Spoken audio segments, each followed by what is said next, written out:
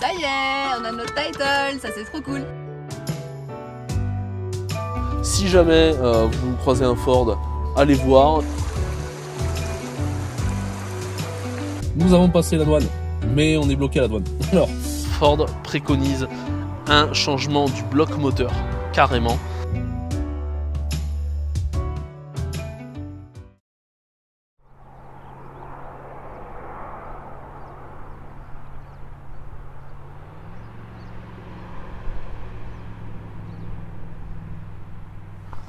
Salut à tous et bienvenue avec nous dans l'Alberta.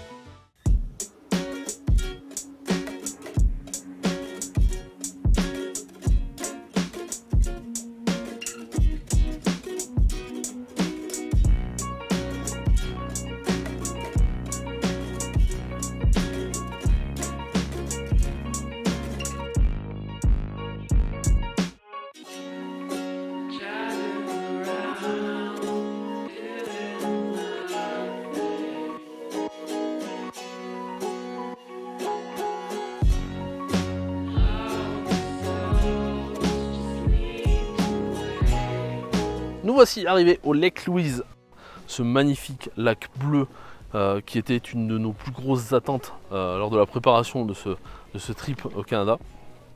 Et vous voyez, hein, c'est les couleurs bleues, turquoise, il n'y a pas besoin d'aller dans les îles. Hein. Les couleurs bleues d'ailleurs qui viennent du glacier là-haut, qui donne l'eau au lac. Et de la roche dans les montagnes environnantes, la roche accentue encore plus ce côté bleu.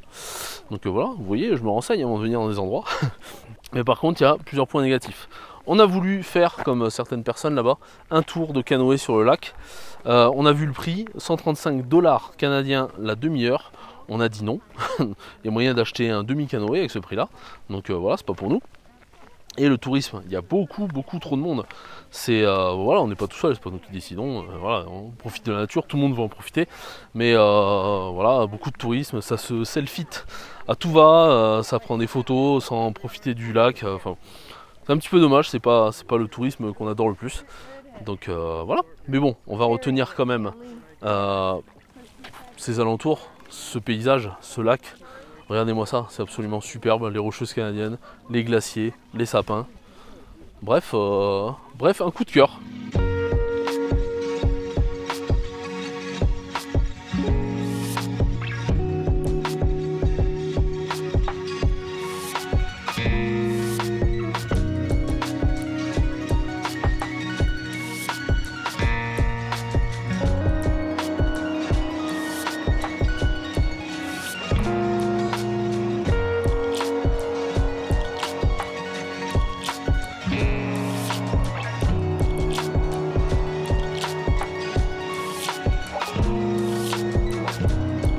Nous voici arrivés au lac Moraine après le lac Louise.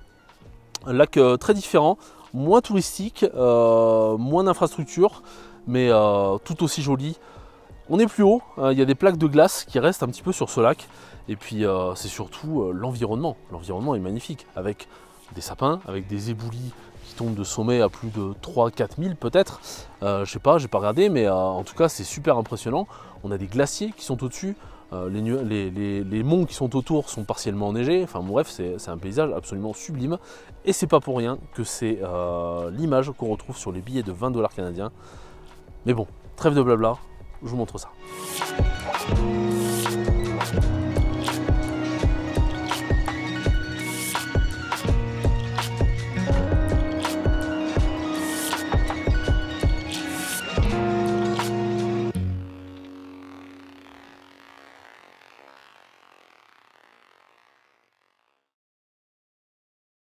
Allez, nouvelle journée, donc du coup aujourd'hui le temps est pas trop mauvais, donc on va en profiter pour aller voir les petits lacs qui sont autour de la ville de Banff.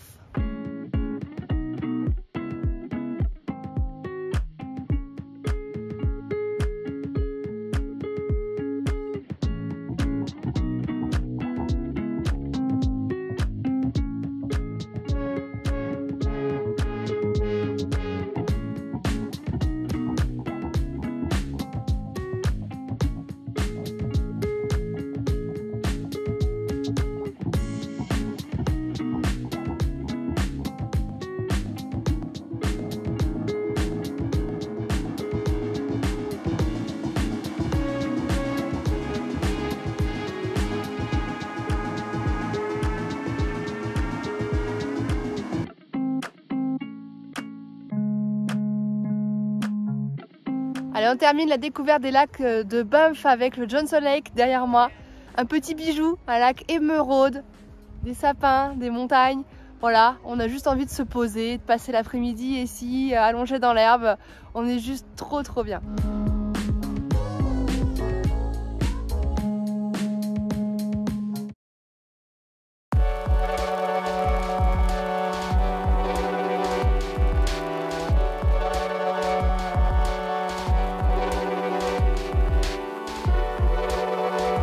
Allez, on a fait route vers la ville, voilà, on se retrouve à Calgary. On a quitté brièvement les Rocheuses parce qu'en fait on a reçu une alerte météo, vent fort, gros cumul de pluie, attention, tempête et tout.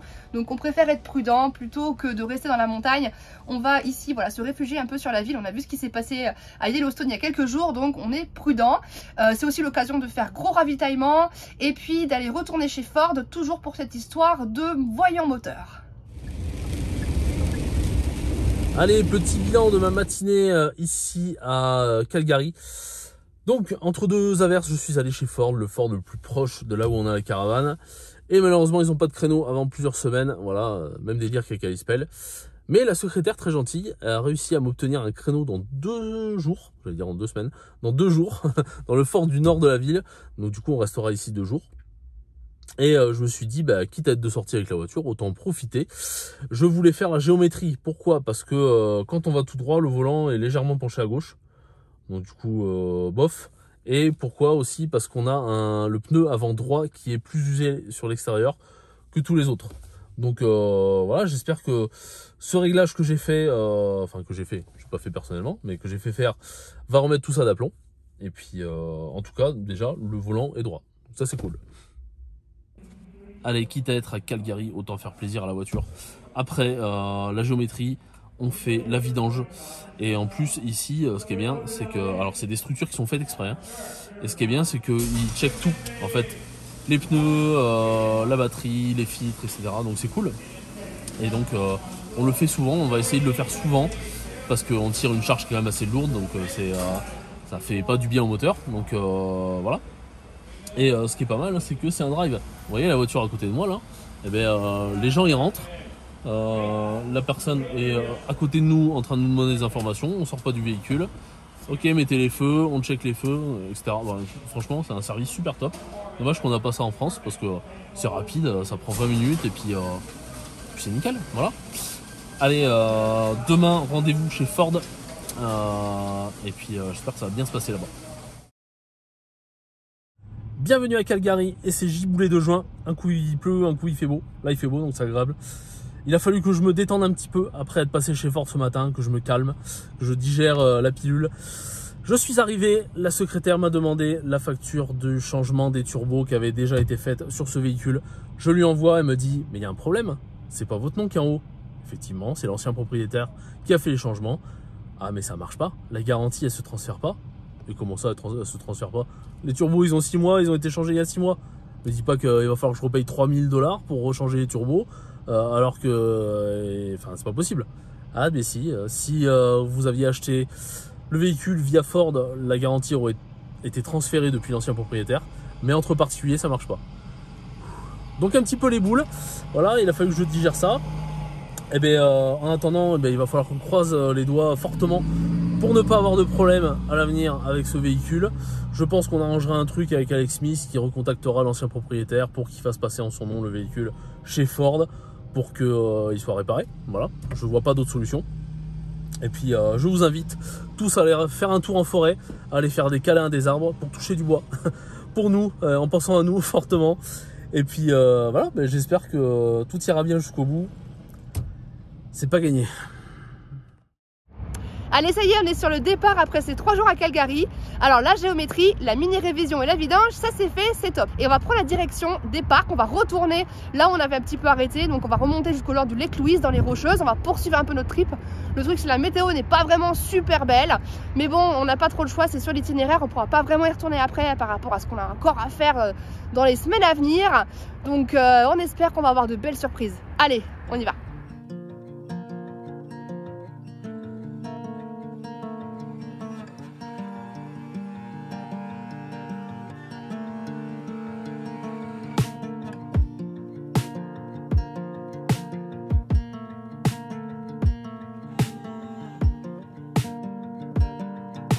Allez, nous voici arrivés au Johnston Canyon. Et oui, apparemment c'est un des incontournables ici, le Johnston Canyon.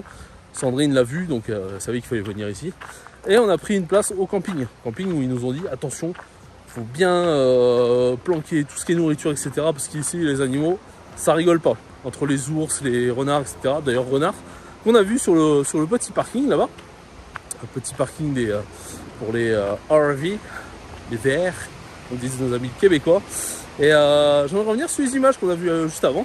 Les images de GoPro du toit du pick-up. J'espère que ça rend hommage à la beauté des paysages parce que ces étendues de sapins, ces rocheuses canadiennes qui sont ciselées, dentelées, magnifiques avec des neiges éternelles, des glaciers, bon bref, c'est tout beau, c'est tout mignon. Et donc j'espère que on s'en rend compte en vidéo. Donc voilà, allez, on va se rendre sur cette petite balade et puis on va découvrir ça ensemble.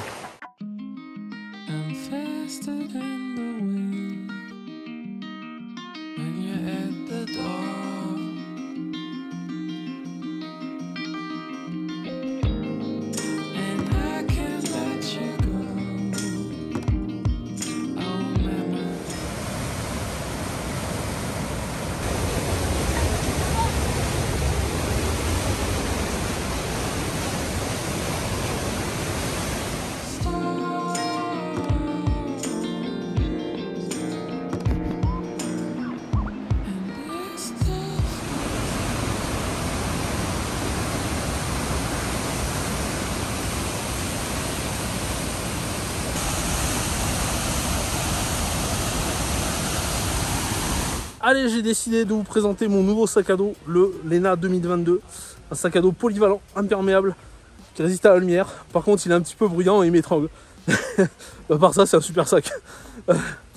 Oh, trêve de bêtises. J'ai pensé, je me suis dit, peut-être que les gens ils vont se poser la question, pourquoi il y a aussi peu de drones cette année? Eh bien, simplement parce qu'on enchaîne les parcs. Et dans les parcs au Canada, le drone est interdit. Donc, à part s'il faut faire une demande professionnel, longtemps à l'avance, etc. Là, on pourrait faire du drone, mais juste pour faire des vidéos YouTube, c'est un petit peu lourd quand même. Donc voilà, donc c'est le même délire qu'aux États-Unis, où le drone est interdit dans les parcs. Et on est obligé d'attendre d'être sorti des parcs pour proposer des vues d'en haut, des vues de la nature. Mais vous inquiétez pas, on vous oublie pas à ce niveau-là. Il me tarde de le sortir le drone et de faire des jolies vues de la forêt. Hop, il y a des moustiques partout. Des jolies vues. Ah, c'est chaud, Léna, c'est chaud de mon sac à dos. Et pour faire des jolies vues de la nature et des forêts, des montagnes, etc. Enfin ouais, vous adorez ça et nous aussi on adore ça.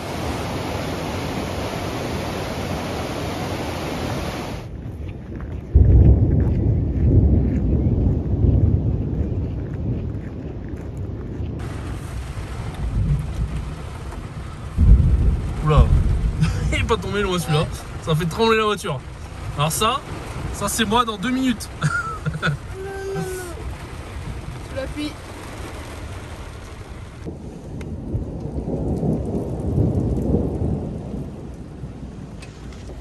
Eh bien, on a la chance avec nous.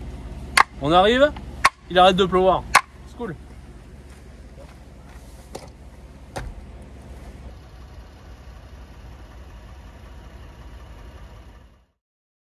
Allez, on quitte ce petit campement fort sympathique et on va prendre la route de notre prochaine destination, le Yoho National Park.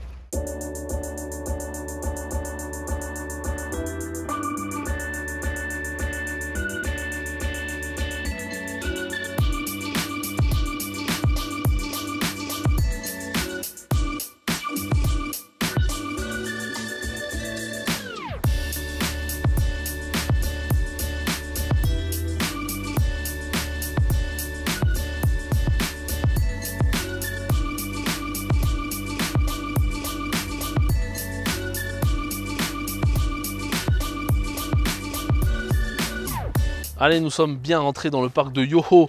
On a déposé la caravane au camping et nous sommes montés ici au Lake Emerald, lac émeraude en français, qui serait encore un petit peu plus émeraude si le soleil décidait de sortir un peu plus. Malheureusement, la couverture nuageuse est encore là. Le temps maussade qui règne dans les Rocheuses canadiennes cette année est assez exceptionnel de l'aveu des locaux qui ont rarement connu ça. Mais bon, on fait avec, hein, on continue d'en profiter quand même. Et ces petites baraques, ces sapins, ces pics autour, y a de quoi tomber sous le charme et nous ben, on est complètement sous le charme.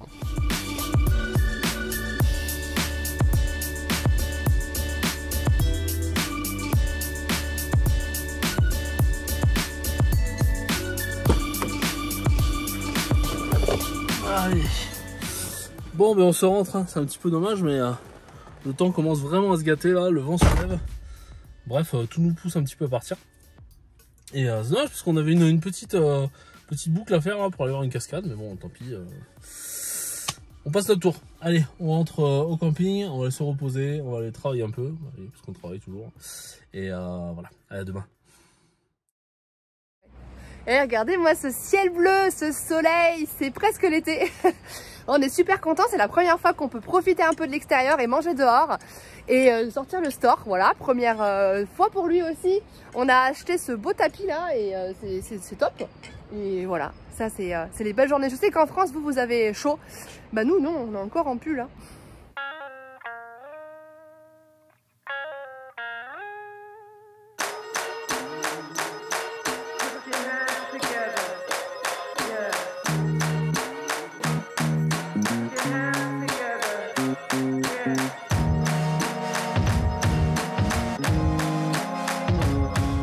Alors dans ce parc de Yoho, il n'y a pas de gros trucs à faire. Comme par exemple, je prends un truc que je connais, Yellowstone, où il y a la zone All Festival, la zone Norris, la zone Mammoth, qui sont des gros points d'intérêt. Là en fait, il y a le lac Emerald, on l'a vu hier, et il y a plein de petits points d'intérêt.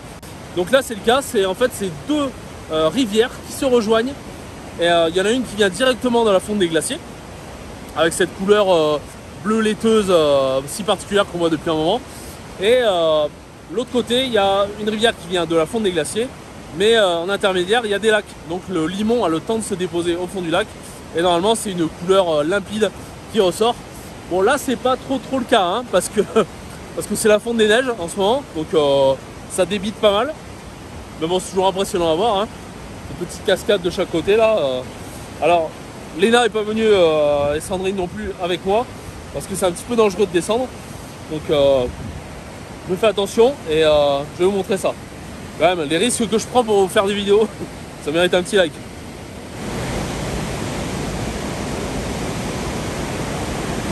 Bon, je me suis fait feinter, en fait, il y avait un autre chemin.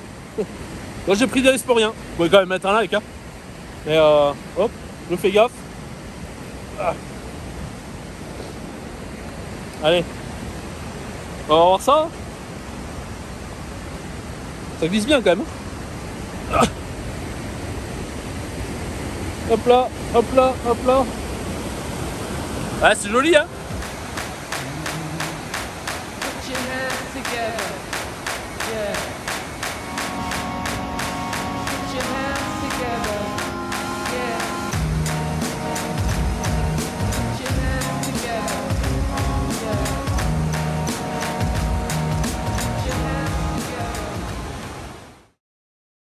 Bon bah ça y est, le beau temps est parti, il fait froid, il pleut. Je pense que les conditions sont réunies pour que on quitte le parc de Yoho et puis en même temps qu'on clôture ce vlog. On voulait aller voir le parc des glaciers qui est juste à côté et en fait la majorité des sentiers sont fermés parce qu'il fait encore très froid, il y a la neige partout, donc on se dit bon, je pense qu'on verra pas grand chose, donc on fera l'impasse sur ce parc. Et ce qu'on va faire, c'est que dès demain, on espère que ça ira mieux côté météo, on prendra la route des glaciers pour remonter sur Jasper, mais ça sera à suivre donc dans le prochain épisode. En attendant, bah, n'oubliez pas le petit pouce vers le haut, c'est vraiment important pour nous. Vous êtes de plus en plus nombreux à nous dire que nos vidéos vous plaisent, alors soutenez-nous, n'hésitez pas à les partager, à faire parler de nous, ça fait super plaisir. Laissez toujours un petit commentaire pour échanger avec vous, on adore ça. Et puis on vous dit à très vite, allez, à ciao ciao.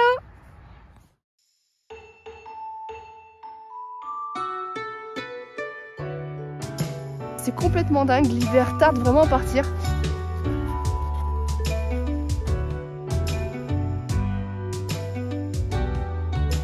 Mes amis, je crois que nous avons une fuite.